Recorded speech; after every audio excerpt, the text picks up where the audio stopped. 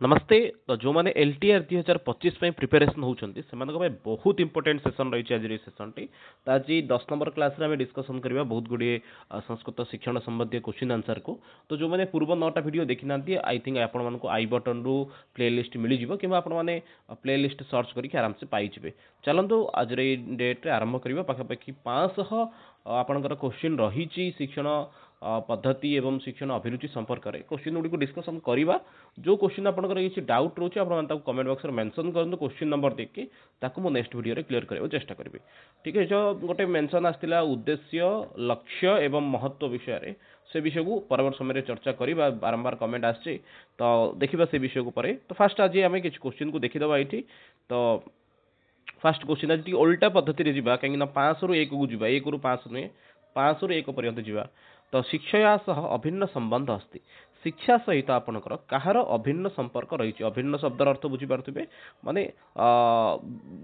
न भिन्न इति अभिन्न अर्थात जहाँ को आम अलग करें सी हूँ अभिन्न। तो शिक्षा सहित आपणकर कहार अभिन्न संपर्क रही मेंशन करेंगे ये आपने आंसर को। शिक्षा सहित कहार अभिन्न संबंध रही मूल्यांकन परीक्षा ज्ञान अथवा विधिना। तो जदि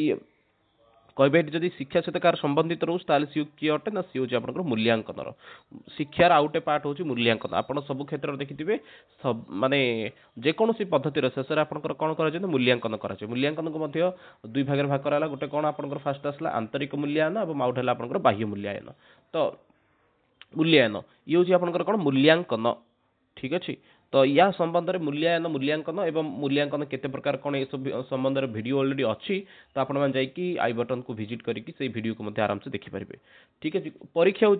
मूल्यांकन गोटे पार्ट अटे परीक्षा एणु ये ऑप्शन आपंकर हेनी। ज्ञान तो शिक्षा सहित संबंधित रोचे विधि शिक्षा सहित संबंधित रोचे कि परस्पर परिपूरक जब विपरीत ताले सी होती शिक्षा एवं मूल्यांकन। नेक्स्ट क्वेश्चन देखा 499 नंबर। शिक्षक प्रस्तुत पाठ से स्पष्ट उच्चारण पूर्वक पठनम करोति तत् किम्। शिक्षक से प्रस्तुत पाठटी को स्पष्ट रूप से उच्चारण पूर्वक पढ़ुची ताहाको कौन कहुए। आदर्शवाचन उद्देश्य का कथनम अनुवाचन अथवा प्रस्तावना। तो कहबा ये आपन राइट आंसर कौन रो शिक्षक प्रस्तुत पाठ से स्पष्ट उच्चारण पूर्वक पठनम करोते। शिक्षक प्रस्तुत पाठटी को स्पष्ट उच्चारण सहित पढ़ुची ताहाको कौन बोली कहगला। आदर्शवाचन उद्देश्य कथन अनुवाचन प्रस्तावना। तो राइट आंसर ये आपंकर कौन शिक्षक जो आपंकर निजे पढ़ुंट सी हूँ आपंकर कौन आदर्शवाचन। आपको किसी जगह आदर्श सरव वाचन बोली कहुए। आपंकर परीक्षा प्रश्न थाए वाचन केते प्रकार वाचन हूँ आपंकर दुई प्रकार मन रखी था आदर्श वाचन मौन वाचन एवं ताहादे आपंकर कौन होता है ना किसी किसी जगह 3टा बोली देता है आदर्श वाचन अनुवाचन और लास्ट आपंकर कौन आसता है सी हूँ आपंकर मौन वाचन अथवा सस्वर वाचन। किसी किसी जगह 2 प्रकार थे किसी किसी जगह 3 प्रकार थे। तो आपको ऑप्शन जहाँ देते से अनुसार आप फॉलो अप करेंगे। शिक्षा व्यवस्था आमर गद्य शिक्षण 3 भाग कराई गोटे हूँ वाचन व्याख्या और विचार विश्लेषण। तो ये लाइन टी मन रखि। ठीक अच्छे, तो नेक्स्ट क्वेश्चन को जीवा। हाँ गुड़िक आसुच्च कौटी आदर्श वाचन आपंकर आसीगला उपस्थापना अनुवाचन आपन से स्टेज रे आसीगला उद्देश्य कथन पूर्ववर्ती एवं प्रस्तावना। ये दुटा आपंकर पूर्ववर्ती अर्थात उपक्रम प्रस्तावन आप सब जिन गुड़िक आसी जाऊँ। ठीक अच्छे, नेक्स्ट क्वेश्चन को जीवा। कौ सोपान आसो प्रश्न थाए ना। प्रथमतः शिक्षकेन प्रस्तुत पाठस्य शुद्ध उच्चारण क्रियते तदनन्तरं छात्रैः तस्य यत् उच्चारण के तद किम्। अर्थात आपको वाचन संपर्क में रही फास्ट शिक्षक बड़ पाठे पढ़ीदे शुद्ध उच्चारण क्रियते शुद्ध उच्चारण कले छात्र मैंने पढ़े कौन बोली कहुए अनुवाचन। अनुवाचन अर्थ हूँ पर पढ़ा अनुकरण करवा। आदर्श वाचन शिक्षक करती अनुभाषण अर्थ शुणी शुणी भाषण देवा से पाने करेंगे। प्रस्तावना आपंकर प्रस्तावना अर्थ हूँ पूर्व ज्ञान परीक्षा आप प्रस्तावना कराए। ठीक अच्छे, नेक्स्ट क्वेश्चन जीवा। अधेतव्ये पद्ये विषय से भाव से रस से वा संक्षिप्त निर्देशन नाम किम्। अधेतव्य पद्ये अर्थात अध्ययन करुवा पद्य विषयर भावर रसर संक्षेप निर्देशन देवाक कौन बोली कहुए। प्रस्तुतिकरण आदर्शवाचन अनुवाचन उद्देश्य कथन। कहबा ये आप राइट आंसर कौन रोचे। आपड़ जो विषयटी को पढ़ेबे से विषय संपर्क में तार विषयर भाव को आपड़ कहते रस संपर्क में कहते पद्य देती अर्थ ये आपरे श्लोकर छंद कौन अच्छी यही सब विषय आप पिला कहते यही जिनसा आपंकर कौटी आसूँ। तो ये जिनसा आपंकर कौटी आसो प्रस्तुतिकरण आदर्शवाचन अनुवाचन अथवा उद्देश्य कथन। तो राइट आंसर आपंकर ये कौन उद्देश्य कथन आसो आम विषय पढ़ार कौन उद्देश्य रही धरतु आप पिला पढ़ाई जाऊँ मेघदूत पिला मेघदूत पढ़ाई समय आप पिला कौन कहते हैं जो अच्छी कालिदास ये विषयटी को लिखार उद्देश्य कौन अच्छी उद्देश्य कौन थी ना सी जहाँ कि थे जक्षर विरह व्यथा को सी प्रकाश करने चाहते उद्देश्य थिला कि भारतर भौगोलिक स्थिति को माने जनइबार थिला ये सब आपंकर कौन आस उद्देश्य कथन आसई समय आप कहते पिला माने जो श्लोक जो पद्यटी अच्छी मुख्य जिनस यहाँ हूँ ना ये जो कौन अच्छे ये मंदाक्रांता छंतर अच्छी ये विप्रलम्भ श्रृंगार अच्छी यही सब विषय आप कौन कहते ना पिला क्लास रे कहते जहाद्वारा कि पिला माने कौन करें ना यही विषय पर सामान्य रूप से ज्ञान अध्येतव्य पद्य विषय से भाव से रस से संक्षेप निर्देशन कौटी जाए सी आपंकर उद्देश्य कथन ये सब जिन दबार कौन उद्देश्य से पिला स्पष्ट होता है। तो नेक्स्ट क्वेश्चन को जीवा कह दंडान्वय पद्धत्या दोष दंडान्वय पद्धति गोटे दोष मान भर कौटी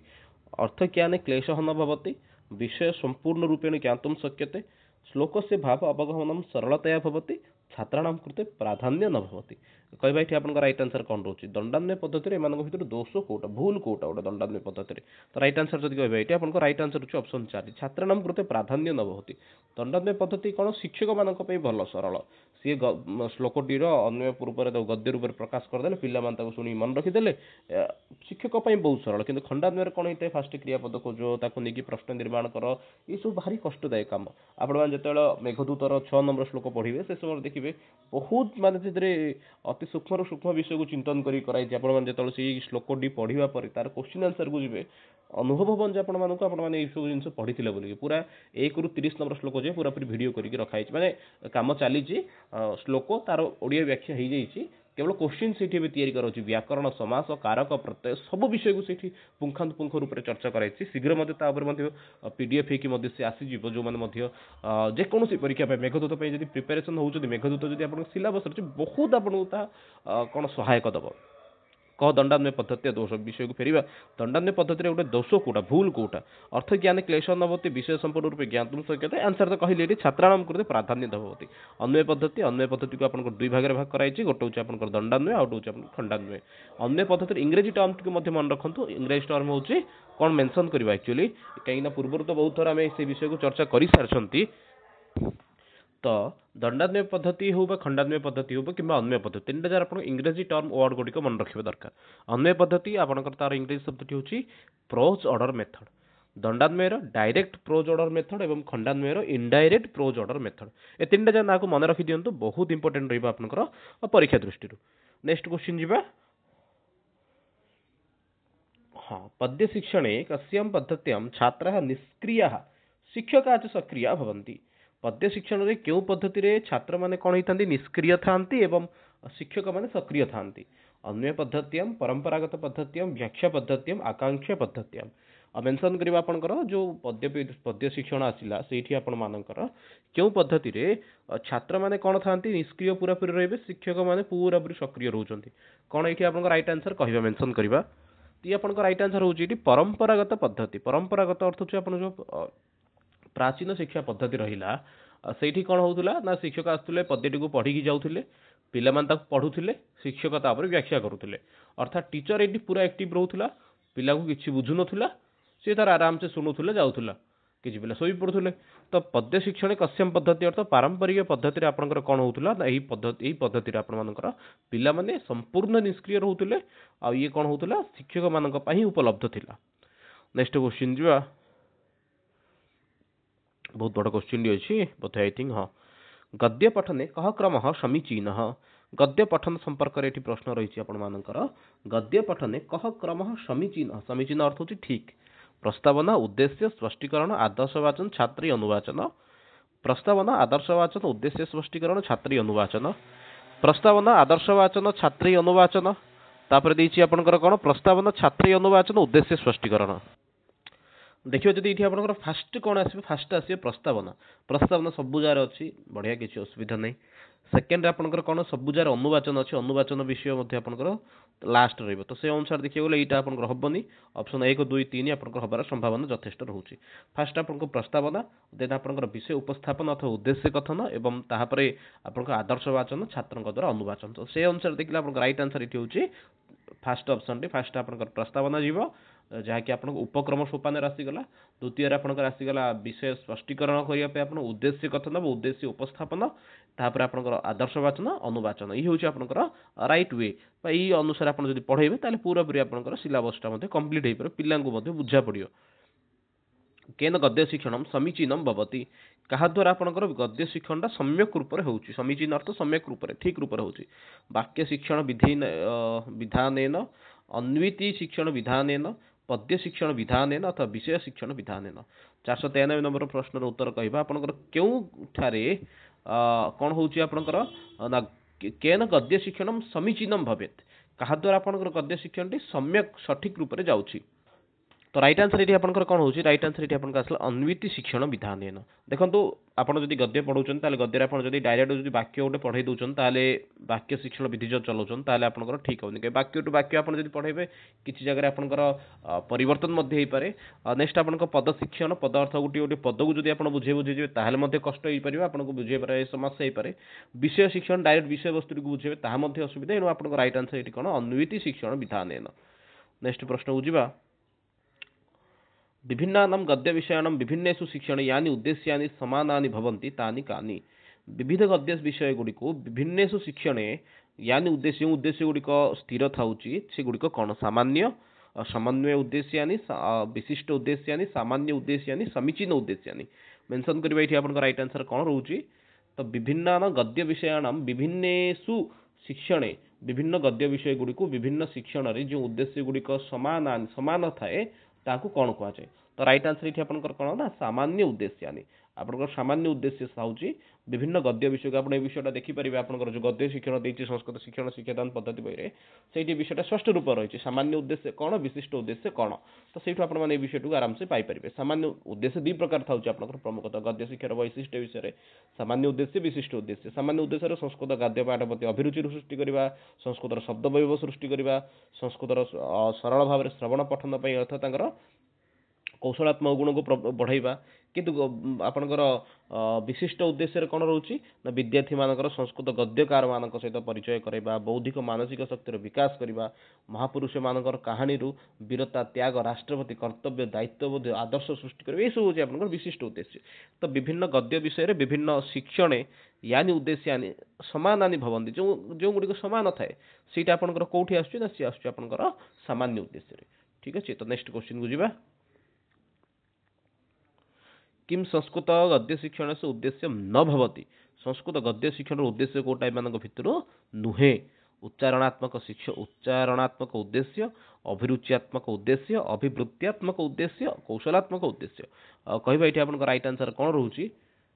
किम संस्कृत गद्य शिक्षण से उद्देश्य न भवति एमान भितर गद्य शिक्षण उद्देश्य कोटा नुहे उद्देश्य विषय कही उद्देश्य होची आपन मानकर दुई प्रकार जनकर कमेंट बहुत थर आछि ताकू माने यथाशीघ्र तार संभावना मते करदबा तो ये आपन उद्देश्य संपर्क कही उद्देश्य होची आपनकर दुई प्रकार कौन कौन दुई प्रकार सामान्य उद्देश्य विशिष्ट उद्देश्य ये उद्देश्य आपन दुई भाग भाग कराई ये कि संस्कृत गद्य शिक्षण उद्देश्य मान भितर कौटा नुहे तो कौन कौन देखि नियंतु उच्चारणात्मक उद्देश्य आपनकर आसी कोठी एटा नि आसी आपनकर विशिष्ट सॉरी सामान्य उद्देश्य आपनकर कोठी आसी एटा ना संस्कृत रे सरल भाव में श्रवण पठन करी बुझी परिबा ये आपनकर आसला उच्चारणात्मक रे अभिरुच्यात्मक रुचि उत्पादन करिबा अभिवृत्त्यात्मक अथवा कौशलात्मक कहबा एमानक भितर कोठी हाँ अच्छा तो आंसर को मेंशन करिबा तो अभिरुचि अभिवृत्ति अथवा कौशलात्मक तो जो देखिए ये राइट आंसर कौन होची ना जेहेतु आपनकर ये कौशलात्मक दे देइची एथि आपनकर ये उच्चा श्रवण भाषण पठन ये सब जिनस आस जाउची तो राइट आंसर ये आपनकर कौन होबा उच्चारणात्मक शिक्षण ये नुहे आपनकर ठीक अछि तीनटा जा नुहे आपनकर कौन होची उच्चारणात्मक तो ये आप राइट आंसर होची उच्चारणात्मक शिक्षण उद्देश्य नुहे कोटा नहीं होची आपनकर उच्चारणगत शिक्षण उच्चारणटा कोठी आपनकर उच्चारण होची आपन पद्य शिक्षण रे जो मैंने टिके संदेह लगुच आप पेज नंबर 38 जातु संस्कृत शिक्षण शिक्षादान पद्धति बहिर 38 नंबर पेज को जातु से आपको विषय स्पष्ट हो स्पष्ट रूप से कौन देती कौन गला 30 हाँ द्वितीय धारा देती लास्ट पाराग्राफ द्वितीय धारा देती अर्थ सहित उच्चारण योग्यता विकास हुए तो ये उच्चारणटा आपंकर कौन ना उच्चारणात्मक उद्देश्य हूँ आपंकर पद्यर ठीक अच्छे आज कहीं पेन ठीक ठाक काम करूनी पद्य शिक्षण रे आपनकर आसुची कोन ना उच्चारणात्मक शिक्षण। ठीक अछि। तो नेक्स्ट क्वेश्चन बुझिबा। तो परवर्ती प्रश्न अछि हाँ साहित्य दर्पणकारेण गद्यस्य प्रकार चतुर्विधम इति उक्तम। अच्छा इति उक्तम न अति इति कह तस्य प्रकारेषु एकः न। साहित्य दर्पणकार कौन करछंती ना आपनकर गद्यर प्रकार चारि प्रकार बोली कहिसंती। तो सेमानक भितरु कोटे एमानकर अंतर्भुक्त नुहे। तो से भितर राइट आंसर आपनक आछि नाटकम। नाटक अंतर्भुक्त नाही। नाटक कहार आछि अंतर्भुक्त होई जाउछि ना सी आपनक रूपकर अंतर्भुक्त माने दृश्य श्रव्य दुई भाग रे भाग होला। तो दृश्य श्रव्य भितर आपनकर गोटे आसी गला कोन दृश्य भितर आपनकर नाटक आसी गला। आत्मकथा निबंध ए सब आपनकर श्रव्य काव्यर अंतर्भुक्त होई जाउछि। तो ये अनुसार आपन right answer eighty 490 number question कौन अच्छी ना सी हूँ आपण मानकर नाटकम। ठीक अच्छे। तो परवर्ती प्रश्न को जीवा। हाँ अधस्तनेषु कह संस्कृत गद्य भागे नास्ति एमान भितर संस्कृत गद्यर गोटे अंश नुहंती। प्राचीन साहित्यम वैदिक साहित्यम पौराणिक गद्य साहित्यम शास्त्रीय साहित्यम एमान भितर संस्कृत गद्य साहित्य भितर अंतर्भुक्त नुहंती। आपन अंतर्भुक्त जदि किए ना सी हूँ आपंकर कौन प्राचीन वैदिक साहित्य। वैदिक साहित्य वर्तमान संस्कृत साहित्य सहित संबंधित ही नहीं। वैदिक साहित्य बहुत माने आपन जो नियम गुड़िक आम भूल बोली कहते से नियम गुड़िक से ठीक हो धरतु गोटे पिला जदि लिखिला कौन आगच्छति कौन है पेन चलुनी आज कहीं देखो गोटे पिला जदि लिखिला ये कौन आगच्छति एमती आम लौकिक साहित्य लिखी मिसेकी लिखा पड़ा ये जानते आम समस्ते आगच्छति बोली गोटे से शब्द लिखिला। आगच्छति शब्द रे आ सहित गच्छति मिसिकी रहिबो किंतु वैदिक साहित्य रे एमती जदि लिखिला सी ताहा मध्य ठीक बोली कुहाउछि। जेपरि कि गच्छति आ ए धातुटा मध्य ठीक बोली कुहाबो कहीं ना ये आ उपसर्गटा कम धातु सहित मिश्ची बोली कि एते वैदिक एवं लौकिक साहित्य पूरा पूरी प्रभेद रही। बहुत गुड़े वैदिक साहित्य आप जदि नियम गुड़िक जमीक आप वैदिक साहित्य वैदिक व्याकरण पर स्पेशल वीडियो अच्छी 4-5टा खंड वीडियो अच्छी आपको मिल प्लेलिस्ट जब आप खोजे पाइबे। ठीक अच्छे। सेपरी भाव में आगामी दिन रुक प्रातिशाख्य पर वीडियो आसब।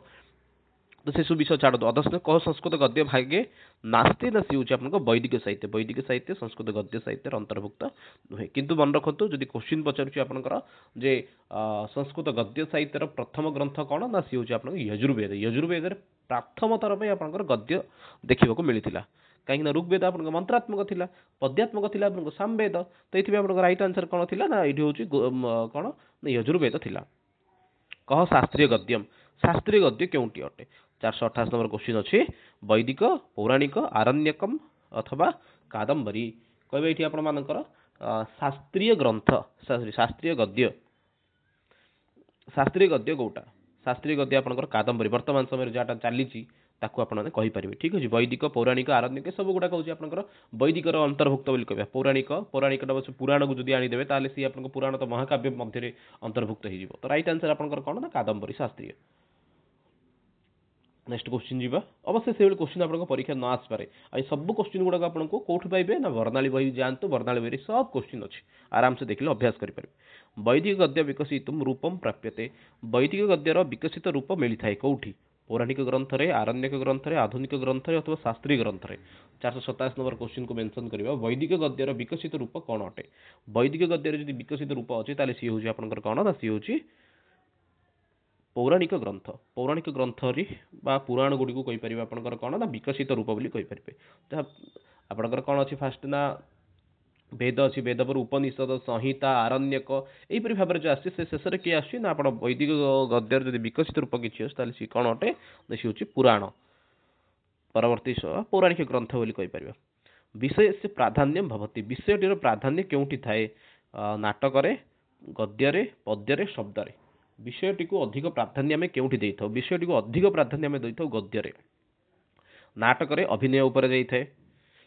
पद्य रस इत्यादि उपर आम अधिक ध्यान पड़े थाए रस छंद इत्यादि उपर जाए शब्द तो छाड़ ये व्याकरण को पड़ेगा। तो राइट आंसर ये आपंकर कौन गद्य गद्य ही कौन करते विषय उपर अधिक ध्यान दि जाए कौ विषय वस्तु कौन रही से अधिक ध्यान जाए। नेक्स्ट पूर्ववर्ती क्वेश्चन को जीवा। रसानुभूते व्यवहार से वर्तते रसानुभूति क्योंठारे होता है पद्य गद्य वाक्य शब्द कहवा ये आप रसानुभूति आपंकर अधिक क्योंठी होता है। रसानुभूति आपंकर कौटी मिले ना सी रस मिले आपको पद्य मार्केट को जो मार्केट में रस पाइबे। तो रसर अनुभूति आप रस अनुभूति व्यवहार वर्तते रस अनुभूतिर व्यवहार आपको कौटी मिले ना सी हूँ आपंकर पद्य परवर्ती पूर्ववर्ती क्वेश्चन को ଯିବା देश कवि नाम निकषम बदंती ଏଠି ଆପଣଙ୍କର ଛୋଟିଆ ଭୁଲ ନିକଷମ ହବ ନିକଷମ ହେଇଯାଇଛି देश कवि नाम निकषम बदंती तो गद्य कवि नाम निकषम बदंती संस्कृत साहित्य आपण गद्यर बहुत कम देखियो पाइबे उदाहरण आपण संस्कृत गद्य साहित्य रे केतरा गद्य माने गद्य काव्य बहुत कम देखियो मिलथे पद्यर बहुत गुडे आपण उदाहरण मिल जेबे किंतु गद्य साहित्य रे आपण देखियो बहुत कम मिलथे से उदाहरण जो देखिए गद्य माने बहुत कम जेपरि कि कौन कौन कहे नाटक देखिए पाए कि गद्य साहित्य जेपरि कि उदाहरण देवे कहे कहार कहार ना कथा सरी सागर हो दंडीकर दशकुमार चरित हो अबंदी सुंदरी कथा हो बाण भट्टंकर कादंबरी हो हर्ष चरित हो सुबंधुकर बासव दत्ता हो धनपालंकर तिलक मंजरी बाधिसिंकर गद्य चिंतामणि मेरुतुंग आचार्यंकर प्रबंध चिंतामणि अंबिका दत्त व्यासंकर शिवराज विजय सब गुड़ाक हूँ गद्य साहित्य गोटे गोटे अंश अटंती कि गद्य साहित्य अपेक्षा पद्य साहित्य आपको बहुत मिले जेपरिक गंगा जल दूषितम अरकृष्ण सत्वसारंकर कि गद्य काव्य ना से भाव आप देखिए कालिदास देखो चारिटा काव्य रही माने पद्यात्मक ग्रंथ रही जेपरिक कादंबरी रघुवंश सरी कुमार संभवम रघुवंश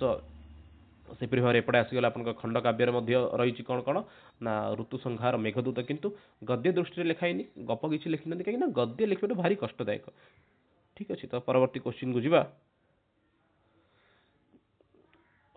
ब्रूतबंध रहित वाक्यम ब्रूत अर्थ हूँ छंद मन रखी था छंदबंध वाक्य कौन ना छंदबद्ध वाक्य हूँ छंदबंध रहितम वाक्यम रहित अर्थ बिना छंद बिना जो वाक्य रही आम कौन बोली कहना गद्य बोली कहवा ब्रूतबंध रहितम गद्यम धाटी देती आपर संस्कृत शिक्षण शिक्षण शिक्षण शिक्षादान पद्धति बही दाटी देती पूरापूरी कॉपी करके रखाई कि जान सब ये हाँ प्रत्यक्ष पद्धति है विकसित रूपम किम प्रत्यक्ष पद्धति आपंकर विकसित रूपटी कौन अटे परोक्ष पद्धति मौखिक पद्धति पाठ्यपुस्तक पद्धति अथवा आपंकर वार्तालाप पद्धति कहबा ये आप प्रत्यक्ष पद्धतिर विकसित रूपटी कौन अटे परोक्ष मौखिक पाठ्यपुस्तक अथवा वार्तालाप राइट आंसर कौन रोचे मेंशन करवा बहुत बढ़िया हाँ तो क्वेश्चन देखिए किसी जन के सामान्य माने संदेह आसथिबो प्रत्यक्ष पद्धति विकसित रूपम किम प्रत्यक्ष पद्धतिर विकसित रूप कौन अटे तो राइट आंसर जो देखिए कौन होई पारे परोक्ष मौखिक पाठ्यपुस्तक अथवा वार्तालाप तो राइट आंसर जब ये कहवा आम राइट आंसर होची परोक्ष पद्धति किपरि परोक्ष पद्धति कौन देखो फास्ट हूँ आपंकर हर्बटीय पंच पद्धति थिला हर्बटीय पंच पद्धति आपंकर विकसित रूप कौन आसाला तो हर्बटीय पंच पद्धति विकसित रूप थिला आपंकर प्रत्यक्ष पद्धति हर्बटीय पंच पद्धति कौन होता आपंकर केवल गद्य नुहे पद्य भी पढ़ा होता से कौन कौन थी आपंकर ना प्रस्तुति उपस्थापना तुलना आत्मीकरण प्रयोग यहपरी पांच भाग भाग करके हर्बटीय कौन करते पंच पद्धति आनी किंतु जेहेतु हर्बटीय पंच पद्धति समय सापेक्ष थिला एणु से समय मध्य सरू नाला से कौन आसते प्रोफेसर वकील महोदय कौन करते ना प्रत्यक्ष पद्धति की आनी ठीक अच्छे जो थी कि आप तीन टा सोपान उपक्रम उपस्थापना प्रयोग तो प्रत्यक्ष पद्धति द्वारा कौन होता ना आपण गद्य पढ़ाटा सहज होता कि पद्य पढ़ा जा पार ना तो ये पद्य को पढ़ाई कौन आसाला ना परवर्त समय परोक्ष पद्धति आसाला ये आप प्रत्यक्ष पद्धति विकसित रूप किए ना सी हूँ आप परोक्ष पद्धति ठीक अच्छे तो परवर्ती क्वेश्चन को जीवा शिक्षण विधिना समीकरणे शिक्षास्तर से उन्नतीकरणे च सहायक भवति शिक्षण विधि गुड़ी को सम्यक करवा समीकरण अर्थ सठिक करवा शिक्षास्तर से उन्नतीकरण शिक्षास्तर को उन्नति करने किए सहायक होता है मूल्यांकन शिक्षा परीक्षा तो कहबा ये आप राइट आंसर कौन रोचे तो ये आपंकर कौन रोचे ना मूल्यांकन मूल्यांकन करने द्वारा कौन होकर ना कौटी धरतु गोटे सेसन आप क्लास 10 फ्यूचर जो आपने स्कूल को जीवे से पढ़े पिला पाठ पढ़ाई समय आप देखिए स्कूल क्लास पे आपंकर मैंने विभिन्न कारण थे जो जो नुआ टीचर मैंने क्लास को जाती तो पिला हठात ग्रहण कर कारण कौन था विभिन्न कारण थाए जेपरिक शिक्षक जनक जदि माने आजिकल देखा मिलूँ सेमती जो बहुत छोट हाइट शिक्षक था बहुत पतला था कि जन बहुत मोटा था तो यही सब कारण कौन होता है हठात पिला ग्रहण कर पार न तो से स्तर आप पिलांकर मानसिकता को बुझीबार अच्छी से अनुसार ग्रहण करने को पड़ो ये हठात से ग्रहण न कर कारण किसी पिला था जो मैंने दुष्टामी करती चिड़ाती तो से समय किसी जन कौन होता ना सामान्य अपसेट हो जाती तो से आप कौन कर शिक्षा स्तर को उन्नति करने आपने कौन कर मूल्यांकन कर कौन कले पिला एक्टिव हो पारे क्लास को जाऊ आप गोटे भल गप कहे भल गीत गोटे करेंगे ताद्वारा पिला भर गोटे एक्टिविटी आरंभ हो पे कम को निरंतर रूप से करेंगे नेक्स्ट क्वेश्चन पूर्ववर्ती क्वेश्चन को जीवा प्रीवियस क्वेश्चन देखिए कया पद्धतिया श्रवण कौशल भाषण कौशल दृढ़ी भवती केउ कौशल रे आपणकर श्रवण कौशल एवं भाषण कौशल आपणकर दृढ़ होउची तो कहबा एठी आपन आंसर राइट आंसर कोन रहउची तो राइट आंसर ये आपंकर कौन ना प्रत्यक्ष पद्धति आपको कही जो दुईटा उद्देश्य संपर्क कही कौन कौन ना आपंकर दुईटा सामान्य उद्देश्य विशिष्ट उद्देश्य तो से सामान्य उद्देश्य आपंकर कौन देता ना संस्कृत को सरल भाव में श्रवण और पठन कर बुझीपर हूँ गोटे ये कौन सामान्य उद्देश्य अंतर्भुक्त अटे तो ये आप राइट आंसर ये कौन ना प्रत्यक्ष पद्धति नेक्स्ट क्वेश्चन देखा मूल्यांकन कतिविधम भवति पुणी थे आसीगला आपंकर विषय मूल्यांकन केते प्रकार अटे तो कहवा पंचविधम त्रिविधम चतुर्विधम द्विविधम मूल्यांकन आपंकर केते प्रकार अटे दुई प्रकार गोटे हूँ आपंकर आंतरिक मूल्यांकन गोटे हूँ आपंकर बाह्य मूल्यांकन यही भाव आपंकर दुई प्रकार मूल्यांकन को मेंशन कराई परवर्ती क्वेश्चन को जीवा का पद्धति सूत्र पद्धति इति उच्यते एमानक भितर किए सूत्र पद्धति बोली काहाकू कुआ जायछि गोटे हूँ अन्वय पद्धति प्रत्यक्ष पद्धति परोक्ष पद्धति मौखिक पद्धति तो राइट आंसर को जो जीवा आमे ताले एठी आपन सठिक उत्तर कौन रोची ना परोक्ष पद्धति को सूत्र पद्धति बोली कुआ जायछि ठीक अछि मन रखि थांतु परोक्ष पद्धति रो इंग्लिश टर्म होची इनडायरेक्ट मेथड अन्वय पद्धति रो होची प्रोज मेथड एग्जैक्ट पूरा नाटा होची प्रोज ऑर्डर मेथड प्रत्यक्ष पद्धति हूँ आपंकर डायरेक्ट मेथड एवं मौखिक पद्धति हूँ आप ओराल मेथड पुणी थे ना गुड़ी मन रखते अन्वय पद्धति प्रोज ऑर्डर मेथड प्रत्यक्ष पद्धति डायरेक्ट मेथड परोक्ष पद्धति इनडायरेक्ट मेथड मौखिक पद्धति ओराल मेथड परीक्षा प्रश्न आसवर बहुत संभावना रोचे कि लास्ट इयर जो 2025 एग्जाम देते से देखिथे विषयटी को का पद्धति सूत्र पद्धति बोली क्या कहुच्छे ना सूत्र पद्धति बोली आपंकर परोक्ष पद्धति रही है अन्य पद्धति तो कहली आपको से प्रत्यक्ष पद्धति किसी ना रही जपर प्राकृतिक पद्धति सुगम पद्धति यही सब तार हूँ ना गुड़िक रही ठीक अच्छे तो नेक्स्ट क्वेश्चन को जीवा निम्नलिखितेषु लिखित परीक्षा यह प्रकार वर्तते एमानक भितर लिखित परीक्षार अंतर्भुक्त किए अटे निबंध परीक्षा होची एठी आपन राइट आंसर बहुत चर्चा करियो चाहुनी आपनकर परीक्षा को मध्य दुई भाग भाग कराइछि गोटे होची आपनकर कोन कोन ना तीन भाग एक्चुअली तो तीन भाग को मध्य एक्चुअली कहबे दुई भाग ही कहबे गोटे होची मौखिक परीक्षा लिखित परीक्षा तीन भाग नै परीक्षा आपन होची दुई प्रकार भूल एक्चुअली मु कहली लिखित परीक्षा और होची आपन मौखिक परीक्षा लिखित परीक्षा आपनकर कोन होची ना लिखित परीक्षा आपन निबंधात्मक लेखन आसुची आपनकर ऑब्जेक्टिव आसुची सब ऑब्जेक्टिव अर्थ होची गोल बुलेबा ठीक अछि सब्जेक्टिव अर्थ होची सब्जेक्ट सहित लिखिबा एई सब जिन शून्य स्थान पूरण स्तंभ मिलन कारक पद निरूपण यह सब आपंकर आसुची लिखित परीक्षा मौखिक परीक्षा कौन आसुची आपन साक्षात्कार इंटरव्यू अंताक्षरी होची श्लोका अंताक्षरी परीक्षा शास्त्र चर्चा शलाका परीक्षा ये सब आपंकर आसुची मौखिक परीक्षा ठीक अच्छे तो निम्नलिखित भर लिखित परीक्षार किए गोटे अंश अटे ना सी हूँ आप निबंध परीक्षा तो पूर्ववर्ती क्वेश्चन को जीवा तापरे हाँ निम्नलिखितेषु मौखिक परीक्षा अस्ति एमानक भितर मौखिक परीक्षा किए अटे शलाका परीक्षा निबंध परीक्षा कथा लेखन अथवा श्लोक लेखन परीक्षा तो आपंकर ये मौखिक परीक्षार अंतर्भुक्त किए ना सी हूँ आप शलाका परीक्षा हूँ आप शलाका परीक्षा जानी एवं चलुची शलाका परीक्षा शास्त्र चर्चा होची तो काशीस ठारे अधिक टिके चली सब जिन शलाका परीक्षा कौन ना तीन जन आचार्य बसते गोटे शलाका थी स्वर्णर शलाका गोटे थी तो सी कौन करेंगे आप जेकोसी पाठ पाई जाए प्रायतः संस्कृत कैटेगोरी जो मैंने आसुन जानते कि बाहर कैटेगोरी जो सब जानते शलाका परीक्षा कौन तो शलाका परीक्षा कौन कर गोटे सुनार काठी गोटे धर शलाका अर्थात बाड़ी दंड सी कौन कर गोटे बही भितर जेकोसी गोटे पृष्ठा रखिए धरतु सी शलाका परीक्षा हूँ सिद्धांत कौमुदी शलाका परीक्षा सिद्धांत कौमुदी जेकोसी गोटे पेज भितर बाट बुले बुले नहीं रखिदब जो पेजटा बाहर से निज स्वेच्छा से जेकोसी गोटे पद को पद को कहला पिलाटी कौन करते ना तार अर्थ कही थाए बा से धाटी को पूरापूरी कंप्लीट करी थाए से वाक्यर अर्थ कही थाए एवं जदि गोटे शंका थाए शंका को निवारण करें यहीपरि भाव शलाका परीक्षा होता है जब पिलाटी शलाका परीक्षा जीतिला ताल कौन करे से अनुसार पुरस्कार प्रदान करे पुरस्कार उपर से शलाकाटे ही दि जाए ठीक अच्छे तो ये आप मौखिक परीक्षार निम्न मौखिक परीक्षा कौटा ना सी हूँ आप शलाका परीक्षा बाकी आपंकर स्टोरी राइटिंग श्लोक लेखन परीक्षा निबंध परीक्षा सब आपंकर हूँ रिटर्न एग्जाम गोटे गोटे अंश अंतर्भुक्त नेक्स्ट क्वेश्चन को जीवा निम्नलिखितेषु दृश्य श्रव्य साधन अस्ति एमानक भितर दृश्य श्रव्य साधन किए पाठ्यपुस्तक दूरदर्शन ग्रामोफोन स्मार्ट श्यामपट्ट शिक्षण उपकरण संपर्क में आपको क्वेश्चन टी पाठ्यपुस्तक आप केवल दृश्य ग्रामोफोन श्रव्य श्यामपट्ट आपको दृश्य तो दृश्य श्रव्य कौटा ना सी दूरदर्शन काली +3 पिलांकर गोटे 6th सेमिस्टर परीक्षा थिला से गोटे पेपर से ईएवी एथिक्स एंड वैल्यू एजुकेशन से देखला गोटे क्वेश्चन थिला डिस्क्राइब द यूज ऑफ कौन ना टेलीविजन एंड स्मार्टफोन दूरवाणी माने मोबाइल एवं टीवी रो सठिक व्यवहार विषय रे वर्णना कर तो पिलांकर परीक्षा जल्दी सरला बोली सेमानकर खाता गुडी को देखुथिली मते एते माने कोन कहि परिबा अनावश्यक विषय वस्तु सेठी अछि तार कारण होछि पिलांकर अध्ययन मते सेते नाही दूरदर्शन व्यवहार विषय मध्ये पिलांको एते जणा नाही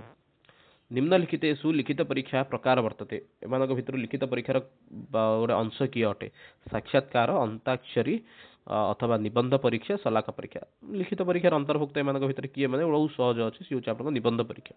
आई थिंक रिपीट हे गला क्वेश्चन टा भाबुछि नेक्स्ट क्वेश्चन को जिबा निम्नलिखितेषु मौखिक परीक्षा आस्ते एमानक भितर मौखिक परीक्षा किए सी होछि सलाका परीक्षा रिपीट हे जाय क्वेश्चन गुडिक सलाका परीक्षा आपनकर कोन अछि ना परीक्षा अटे दृश्य श्रव्य साधन ये मत रिपीट हो जाइए ये हूँ आप दूरदर्शन दृश्य श्रव्य साधन किए ना सी हूँ दूरदर्शन हाँ नो क्वेश्चन आसला कौन अच्छी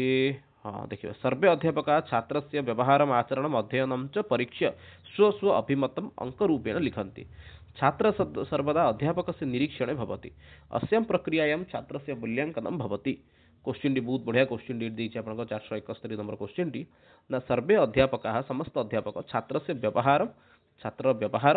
छात्र आचरण छात्र अध्ययन परीक्षा ए सब जिन परीक्षा करके स्व स्व अभिमतम अंक रूपेण लिखन्ति निज निजर मत को अंक रूप में लिखि थांती छात्र सर्वदा अध्यापक से निरीक्षण भवति छात्रटी सर्वदा शिक्षक निरीक्षण रे थाए अस्यां प्रक्रियायां छात्र से मूल्यांकन भवति एई प्रकार क्षेत्र में छात्र मूल्यांकन को प्रकार मूल्यांकन अटे तो कहबा एठी आपन राइट आंसर कोन रहउची सामयिक मूल्यांकन वार्षिक मूल्यांकन सतत मूल्यांकन अथवा मौखिक मूल्यांकन कहबा एठी आपन राइट आंसर कोन रहउची तो राइट आंसर ये सामान्य रूप से त्रुटि रही ये हूँ रचनात्मक मूल्यांकन रे अध्यापक छात्र व्यवहार आचरण इत्यादि परीक्षा करें निज निज मत को अंक रूप से लिखि था छात्रटी सर्वदा केते शिक्षक निरीक्षण कौटी ना रचनात्मक मूल्यांकन थाए नेक्स्ट क्वेश्चन को जीवा माने पूर्ववर्ती क्वेश्चन को जीवा शिक्षक छात्र से न्यूनतम विज्ञाय तस्य परिमार्जनम करू तदा शिक्षक अत्र कस्य शिक्षण से प्रयोग करोति शिक्षक कौन कर छात्र न्यूनता को जानुची तार परिमार्जन मध्य करुच्ची सही समय शिक्षक माने केउ शिक्षण पद्धतिर प्रयोग करुच्ची निदानात्मक उपचारात्मक उभय अथवा सूक्ष्म शिक्षण कहबा एठी आपन राइट आंसर कोन रहउची शिक्षक छात्रर न्यूनता को जानुची न्यूनता को जानिला परे तार परिमार्जन मध्य करुच्ची एठी शिक्षकर केउ प्रकार कौन कहि परिबा ना मूल्यांकन होउची ती होउची आपन मानकर निदानात्मक निदान अर्थ होउची समाधान करिबा निदानात्मक मूल्यांकन होउची गोटे कोन आपनकर अंतर्भुक्त अटे ठीक अछि तो आज सेशन एति थाउ पुनी थरे नेक्स्ट सेशन रे माने आ किछि नुवा क्वेश्चन को डिस्कशन करिबा धन्यवाद।